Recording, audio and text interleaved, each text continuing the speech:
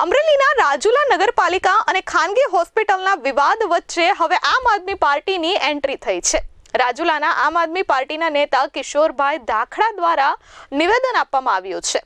વાત એમ છે કે રાજુલાની નામાંકિત સ્પર્શ હોસ્પિટલના કામ માટે નગરપાલિકાનું જેસીબી અને ટ્રેક્ટરનો ઉપયોગ થયો હતો અને આ ઉપયોગ વૃક્ષનું નિકંદન કરવામાં થયો હતો, જેને લઈ આખો વિવાદ સામે આવ્યો હતો। આમ આદમી પાર્ટીના નેતા કિશોર ધાખડાએ જણાવ્યું કે માત્ર કોઈ પ્રજાલક્ષી કામ માટે નગરપાલિકાના વાહનોનો ઉપયોગ કરી શકાય નહીં।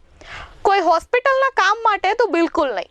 વૃક્ષ છે તે છાંયડો આપે છે અથવા વૃક્ષ જો નડતરરૂપ હોય તો તેને પરવાનગી વગર વૃક્ષ નિકંદન કરી શકાતું નથી। તો કઈ રીતે આ શક્ય બન્યું? પોતાના અંગત સ્વાર્થ માટે નગરપાલિકાના સાધનોનો ઉપયોગ કરવામાં આવે તે પ્રજા સાથે મોટી છેતરપિંડી કહેવાય। રાજુલામાં નગરપાલિકાના જ જેસીબી દ્વારા અરડુસાના વૃક્ષનું નિકંદન કરવામાં આવ્યું હતું। ખુદ નગરપાલિકાના જ જેસીબી મારફતે ધડાધડ વૃક્ષને જમીનદોસ્ત કરી નાખવામાં આવ્યું હતું।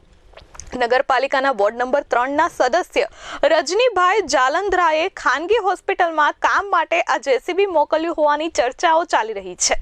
જો કે સદસ્યના કહેવાથી આ વૃક્ષનું નિકંદન કરાયું છે, તો સદસ્ય અને ખાનગી હોસ્પિટલ સામે કાયદેસરની કાર્યવાહી થવી જોઈએ।